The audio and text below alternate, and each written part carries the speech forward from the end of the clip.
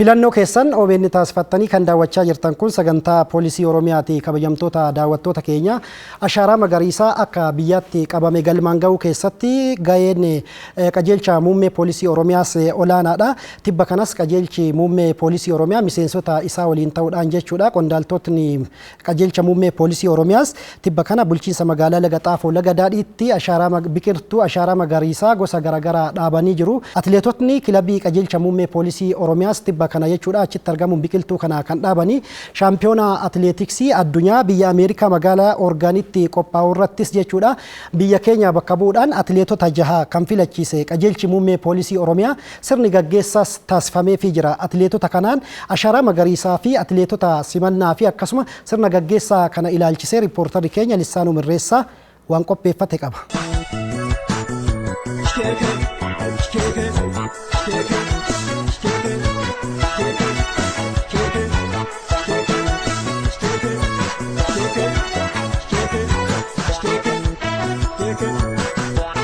Biyyi keenya Itoophiyaan rakkoo faalama qilleensaa fi dhiqama biyyee mudatu furuuf tarsiimoo ashaaraa magariisaa qophaa'een waggaa waggaatti biqiltuu dhaabuu irratti argamti. Bara kanas biqiltuuwwan gosa adda addaa biliyoona 6 ol akka guutuu biyyaatti dhaabuuf hojiitti galamee jira. Gareen kilabii ispoortii qajeelcha muummee poolisii Oromiyaas kaayyoo ashaaraa magariisaa galmaan ga'uuf biqiltuu gosa adda addaa dhaabanii jiru. Ashaaraa magariisaa kun waggaa waggaadhaan yoo xinnaate waggaa 3 darbanii as kun ta'aa jira akka biyyattiitti. Nunis immoo achi keessatti qooda guddaa qabna. Qooda sanarraas immoo akkuma beekamu atileetonni fayyadamtoota duraati. Maaliif akkuma nyaataaf dhugaatiin nu barbaachisu hundumaa qilleensi gaariin kunis nunis nu barbaachisa. Irra caalaayyuu immoo atileetotaa fi isa guddaadha jechuudha. Magaala keessaa baanee bakka nu jiraannu magaala keessaa magaalli immoo akkuma beekamu faalama qilleensaatiin kan rakkoo guddaa keessa jirudha. Magaala keessaa baaneetu gara bosonaatti inni nuti deemnee shaakala hojjennuu fi taa'umsa lafa isaa duwwaa barbaachisu tun ta'ini qilleensa nagaa qilleensa qulqulluu sana barbaachuufidha.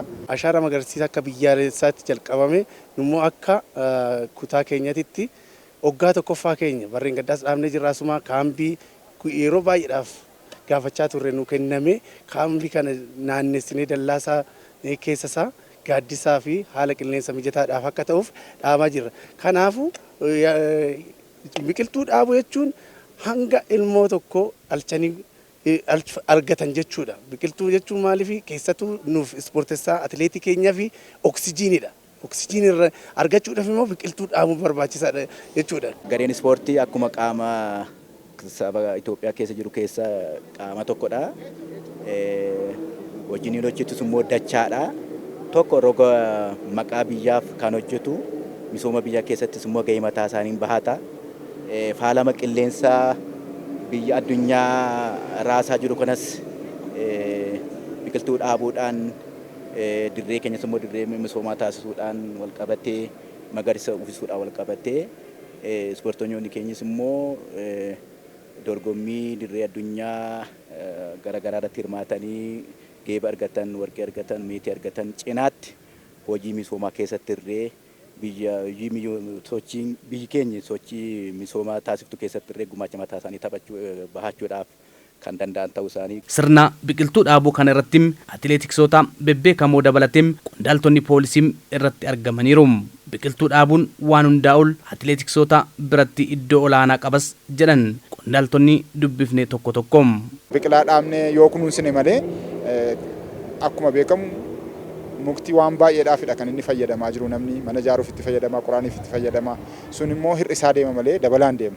Isa hir'isaa deemu sana immoo bakka buusu yoo bakka hin buusnu taane rakkoo addunyaa nama keessa galtee caalaa rakkina hin taane keessa galuu dandeenya waan ta'eef isa kana hambisuu fi biqilaa kana dhaabne kunuunsuun dirqama. Biqiltuun dhaabamu kun immoo saba Itoophiyaa qofaan miti kan dhaabbatu.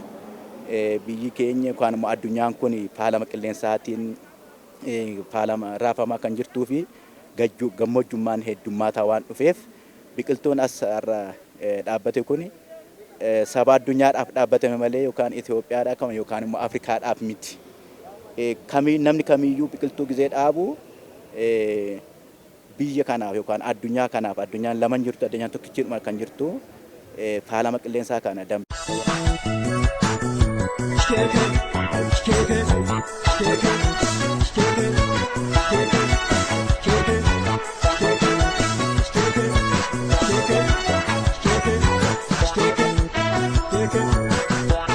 Biqiltuun uumama lafarraa hundaaf barbaachisaa waan ta'eef tarsiimoo ashaaraa magariisaa akka biyyaatti jiru itti fufsiisuun gahee isaanii bahachuu irrattis argamu. Biqiltuu dhaabuu qofaan gahaa miti waan ta'eef kunuunsa isaa irrattis ciminaan kan hojjetan ta'us atileetiksotni kunneen himaniiru. Biqiltuun dhaabbachuun isaa qilleensi faalama qilleensatiifis ta'ee roobnis akka yeroo roobuu fi murteessaadha waan ta'eef fakkeenyaaf akka horii yeroo badusoo arganii yeroo bineensonni garaagaraa sonnoo jedhan arganii bira darbuu don ta'in akka isaanitti yaadanii kunuunsuun barbaachisaadha. Biqiltuu fi dhalli namaa tokko dhalli namaas kunuunsa dhalatee dhalachuu miti dhalatee kunuunsa barbaachisaa yoo argatedha kan guddatee faayidaa kennuu qabu kan qabu jechuudha.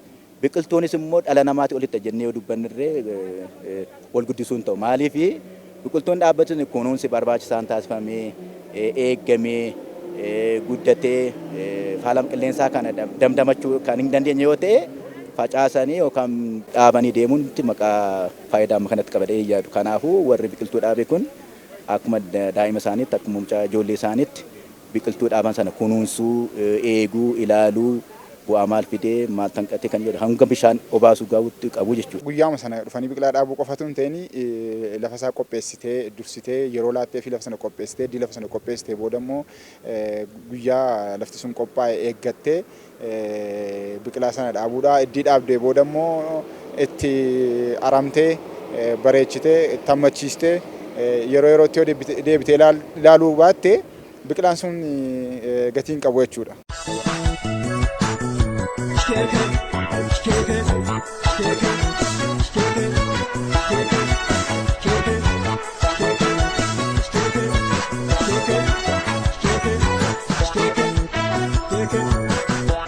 Sirna biqiltuu dhaabuu kanaan boodas atileetiksotni kilabii ispoortii qajeelcha muummee poolisii Oromiyaa keessaa filatamanii biyya bakka bu'an dorgommii shaampiyoonaa atileetiksii addunyaa biyya Ameerikaa magaalaa Orgaanitti adoolessa 8 hanga 17 dorgomamuu irratti hirmaataniifis sirni gaggeessaa taasifameera. Dhaabbata mana hojii keenyaa uummata Oromoo fi biyya keenya bakka buutanii dorgommii atileetiksii addunyaa bara 2014 taasifamu irratti hirmaachuun maqaa biyya keenyaaf maqaa biyya keessanii waamsisuu fi qophooftan atileetotaa fi maatii atileetota keenyaa hunda dura waltajjii sirna gaggeessaa gootota atileetota keenyaaf taasifamu kanarratti argamee haasawaa taasisuu kootiif gammachuu guddaa kan natti dhaga'amu ta'uu isaa ibsaa. Atileetonni keenya guyyaa har'aa gaggeessaan isiniif taasifamaa jiru kunis baga gammaddan isiniin jedha. Atileetonni gama maaraatooniitiin hirmatan baay'een isaanii atileetota Komishinii Poolisii Oromiyaa ta'uudhaa fi akkasumas gufachiisa kiiloomeetirii 3,500 fi karaa durbaatiin ijoollee maaraatoonii hirmaattu tokko kan irratti hirmaachisu ta'uunsaa isa duraa caalaa yeroo jalqabaatiif atileetota 36 hirmaatan keessaa atileetota 6 hirmaachiisuunsaa hedduu nu gammachiiseera. Baga gammaddaniis jechuun barbaada. Sirna gaggeessaa kana irrattis Komishinara Jeneraalaa Poolisii Oromiyaa Araarsaa Mardaasaan argamuun atileetiksonni kunneen ga'umsa qaban hunda fayyadamuun milkii fi injifannoon akka galan ergaa dabarsaniiru. Kilabiin kun mallattoo Poolisii Oromiyaati. Poolisiin Oromiyaa maqaasaa akka gaariitti akka ka'u. Poolisiin Oromiyaa jaalala biyyaa akka qabu. Nageenyaaf jecha wareegamaa akka kaffalu biyyattii kana keessattis hirmaannaa guddaa akka inni qabu osoo rakkoon kun jiru rakkoo kana keessa taa'ee ispoortessitootas ciccimsaa jabeessaa dorgomtootas ijoollee qaxaleeyyii ta'e baasaa akka jiru maqaa Oromiyaa maqaa Komishinii Poolisii Oromiyaa waamsistaniittu. Kanaaf akka Komishinii Poolisii Oromiyaatti yoo galata galfan akkasumatti lafaa kaanee miti. Komishiniin keenyas Poolisiin Oromiyaa gatii yoo kaffale garuu biyyaaf akka ta'e yeroo waraanni hin jirretti yeroo rakkoon hin jirretti immoo misooma keessatti akka hirmaatu atileetiksiis akka cimsu biyya kana keessattis dorgomtoota ciccimoo akka uumu Oromiyaan atileetotaan beekamaa dorgommii kanarratti akka milkaa'an maqaa Komishinii Poolisii Oromiyaa, maqaa naannoo Oromiyaa, maqaa biyya keenyaa akka waamsisan abdiin qabu guddaadha. Injifannoon isiniif haa ta'u, milkaa nagaa mo'adhaa gala. Kilabiin ispoortii atileetiksii qajeelcha muummee poolisii Oromiyaa kanaan dura qabxiin galmeessaa ture gadi bu'aa ta'us yeroo ammaa kana hojii boonsaa hojjetameen kilabichi atileetiksoota ciccimoo jaafilachiisuu danda'eera. Kilaboota kalee humni keenya dadhabee ganne san kubbaa miilas haa ta'u, kan biraas haa ta'u, bal'isuu wanni nu dhorku hin jiru. Garuu akka humna keenyatti deemuu qabna jennee yeroo san murteessunii fi nama kana hoogganu uumuun keenya baay'ee nu milkeessee jedhee tanan yaada. Kanaaf atileetonni keenya guyyaa har'aa dorgommii addunyaa irratti hirmaachuudhaaf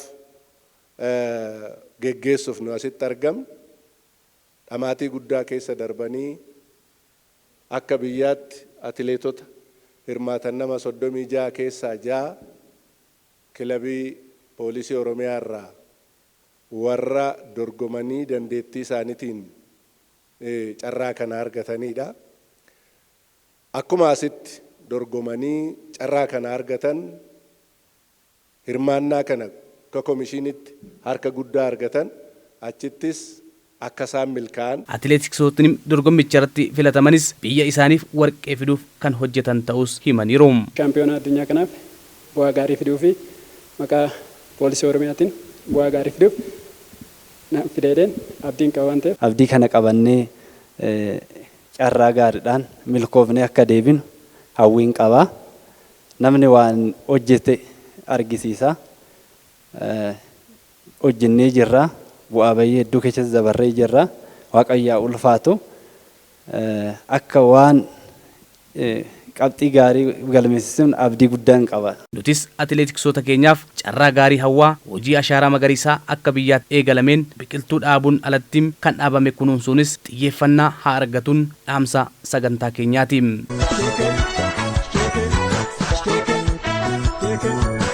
Egaan kabajamtoota daawwattoota keenyaa tokko lama jennee oduulee godinaalee irraa nu qaqqabanii fi akkasuma qophiilee lama wal duraa duubaan isin biraan geenye kanarraaf jenne xumurre. Hanga ammaatti istiidiyoo irraa sagantaa qajeelchaa kan isin wajjin ture ana Himad Garaaddaati.